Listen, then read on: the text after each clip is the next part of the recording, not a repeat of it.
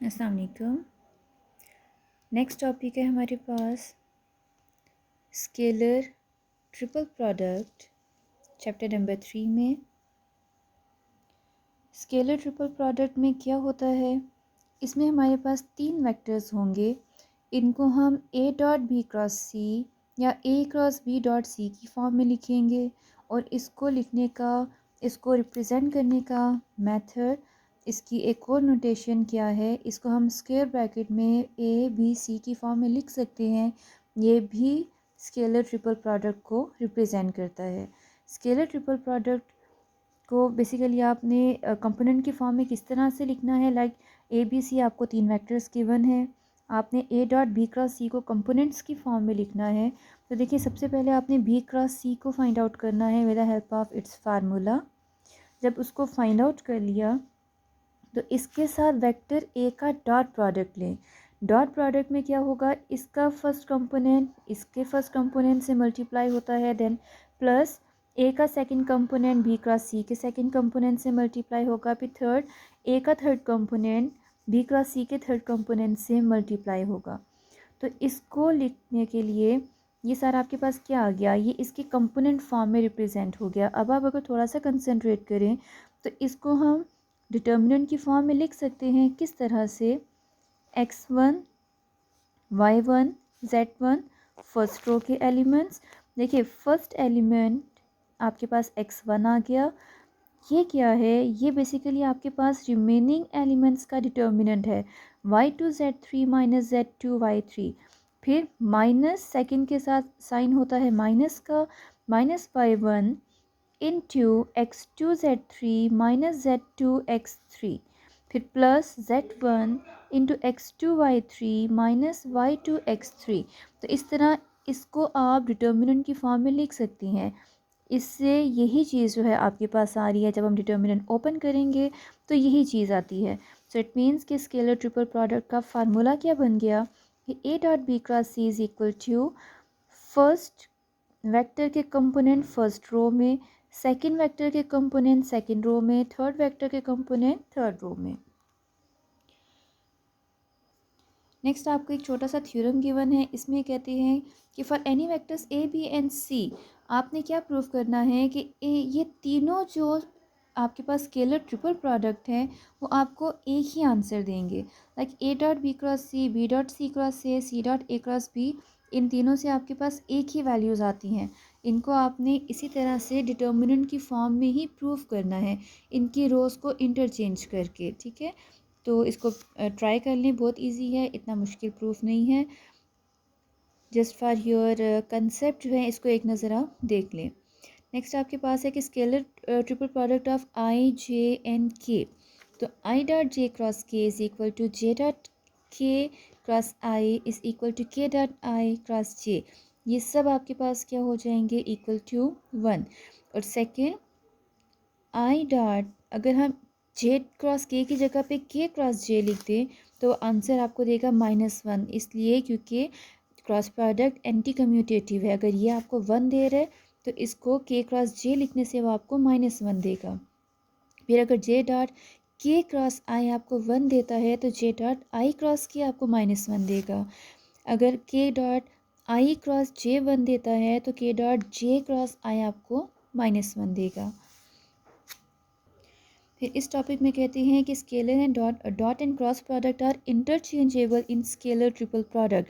इसका क्या मतलब है, इसका मतलब है कि डॉट और क्रॉस के प्लेसेस को हम चेंज कर सकते हैं। ये इंटरचेंजेबल हैं किस में, लेकिन सिर्फ किस में, सिर्फ स्केलर ट्रिपल प्रोडक्ट में। किस तरह से कर सकते हैं इंटरचेंज, लाइक अगर आपको गिवन है ना ए डॉट बी क्रॉस सी, तो आप इसको ए क्रॉस बी डॉट सी की फॉर्म में लिख सकते हैं, लेकिन डॉट की जगह पे क्रॉस आ गया, क्रॉस की जगह पे डॉट आ गया। और किस तरह से लिख सकते हैं इसको इन्होंने यहाँ पे सॉल्व करके भी बताया है। तो अपने कंसेप्ट्स के लिए इसको भी एक नज़र देख लें। वही रो ऑपरेशन है डिटर्मिनेंट में, तो आपके पास a dot B cross c equal to a cross b dot c आता है।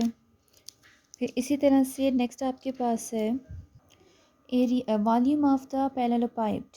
किसी भी पैरेललोपाइप्ड का वॉल्यूम क्या होता है, इसका फार्मूला है area of a parallelogram into height, तो एरिया ऑफ अ पैरेललोग्राम आपके पास हो गया ए क्रॉस बी, और हाइट के लिए अगर सी इन्होंने यूज़ किया थर्ड वेक्टर, तो वॉल्यूम का फार्मूला आपके पास क्या बनता है, ए क्रॉस बी डॉट सी। इसमें देखिए एरिया ऑफ पैरेललोग्राम में क्या है, ए क्रॉस बी का मैग्नीट्यूड पीछे आपने फाइंड आउट किया था, और हाइट के लिए इन्होंने लिया है फार्मूले से, फिगर से, सी कॉस थीटा। अब आपने ये डॉट प्रोडक्ट में किया था कि A dot B is equal to A B cos theta आता है, तो ए बी कॉस थीटा को हम ए डॉट बी की फॉर्म में लिख सकते हैं। सो इट मीन्स कि ये आपके पास बनता है ए क्रॉस बी डॉट सी।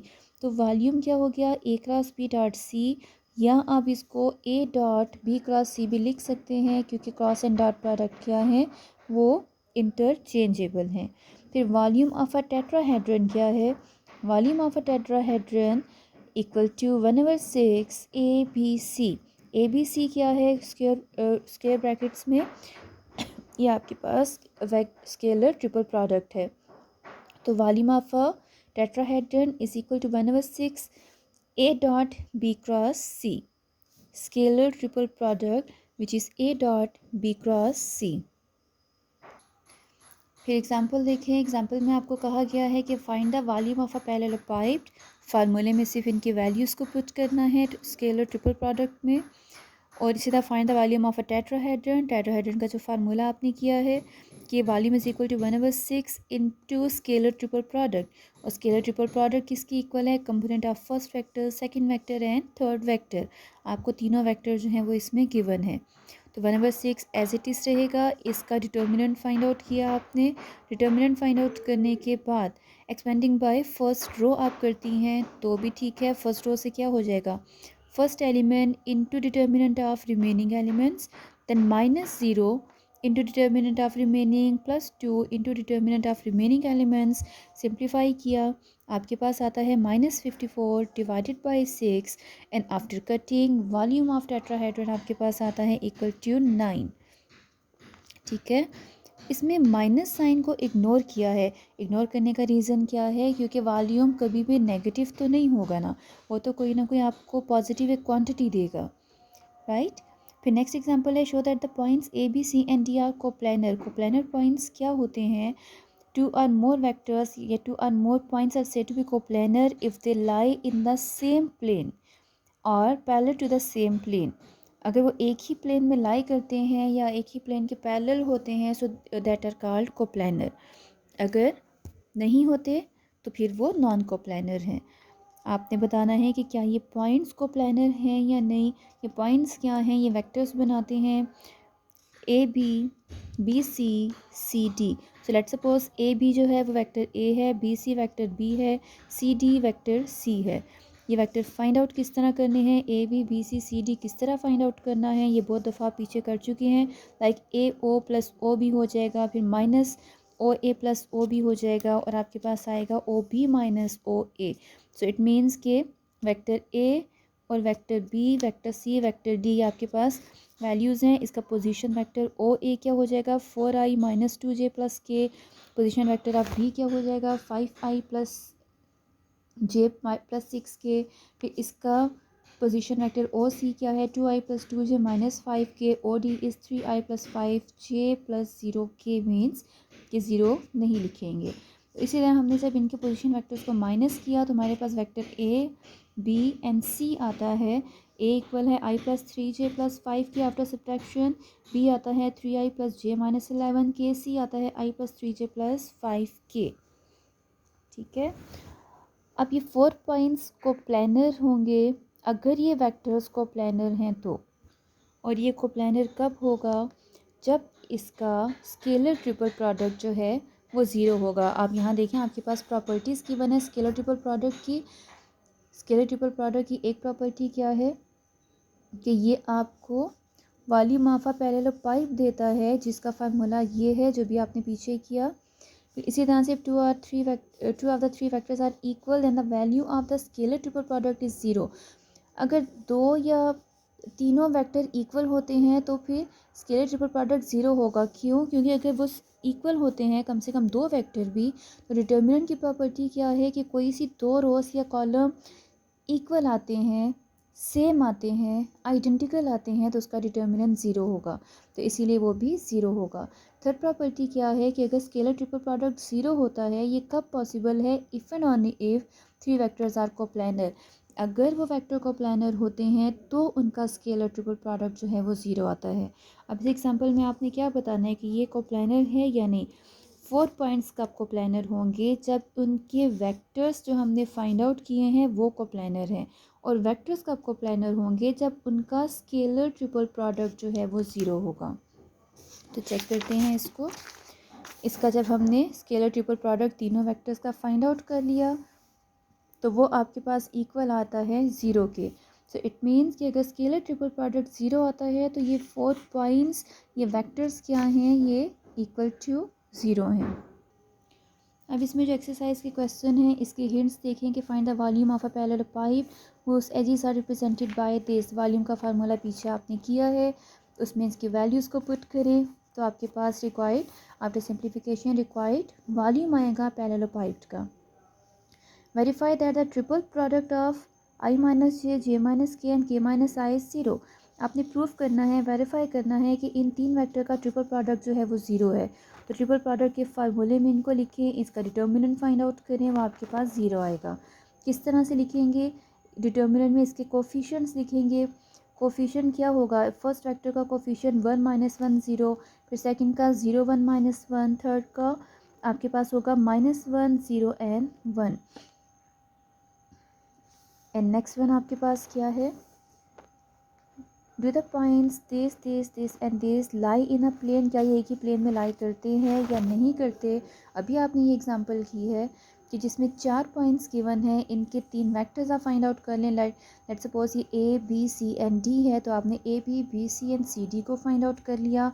उन 3 वेक्टर्स पे स्केलर ट्रिपल प्रोडक्ट अप्लाई करें और देखिए वो आपको ज़ीरो देता है या नहीं।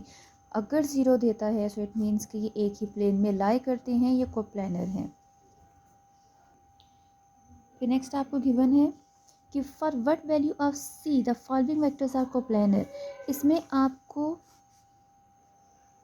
गिवन है कि वेक्टर्स कोप्लानर हैं। इट मीन्स कि स्केलर ट्रिपल प्रोडक्ट जो आता है वो आपके पास ज़ीरो है, ये आपको इस क्वेश्चन में गिवन है। आपने फाइंड आउट क्या करना है? इस गिवन कंडीशन से सी की वैल्यू को फाइंड आउट करना है। लाइक आपने फर्स्ट रो में इसके कंपोनेंट लिखे 1 1 2, सेकंड रो में 2 3 1, थर्ड रो में C 2 6। जब इसका डिटर्मिनेंट फाइंड आउट करेंगे तो यहाँ पे एक अननोन C भी आता है। जब इसको फाइंड आउट करेंगे एक्सपेंडिंग बाय फर्स्ट रो से, किसी भी चीज़ से आप डिटर्मिनेंट फाइंड आउट करें, इक्वल टू ज़ीरो साथ साथ कंटिन्यू रहेगा। क्यों कंटिन्यू रहेगा? क्योंकि ये चीज़ आपको गिवन है कि डिटर्मिनेंट इक्वल टू ज़ीरो है। तो इक्वल टू ज़ीरो जब कंटिन्यू रहेगा तो सारी constant terms right hand side पे आ जाएंगी और यहाँ पे सिर्फ आपके पास लेफ्ट हैंड साइड पे C रह जाएगा। तो इससे आपने C की फिर वैल्यू को फाइंड आउट करनी है, फिर इसकी C की वैल्यू को फाइंड आउट करना है। फिर नेक्स्ट आपके पास क्वेश्चन नंबर 8 है कि find the volume of a tetrahedron with the following. आपने वॉल्यूम फाइंड आउट करना है टेट्राहेड्रन का, जिसमें आपको पॉइंट्स गिवन है, आपको वेक्टर्स गिवन है। तो वॉल्यूम ऑफ टेट्राहेड्रन का फार्मूला भी आपने पीछे फाइंड आउट कर लिया है, उसमें जस्ट इसकी वैल्यूज़ को पुट करें, आपका रिक्वायर्ड आंसर जो है वो कंप्लीट होगा। तो इस तरह से इन क्वेश्चंस की प्रैक्टिस करें। अगर कोई ऐसा पॉइंट है जो नहीं समझ आ रहा मुझसे पूछिए, मैं आपको ये एक्सप्लेन करूँगी। Thank you. रिव्यू एक्सरसाइज 3 जो है इसकी आप लोगों ने प्रैक्टिस करनी है। रिव्यू एक्सरसाइज सेम मेथड है जो आप पीछे पूरे चैप्टर में कर चुकी हैं, वही सारी चीज़ें इसमें रिपीट हो रही हैं। प्रैक्टिस करें इन क्वेश्चंस की। जो पॉइंट क्लियर नहीं होगा तो वो पॉइंट आप मुझसे पूछें, मैं आपको एक्सप्लेन करूँगी। Thank you so much. आपका चैप्टर नंबर 3 जो है वो कंप्लीट हो गया है। इंशाल्लाह नेक्स्ट वीडियो में हम आपका चैप्टर नंबर 4 स्टार्ट लेंगे, which is sequences and series.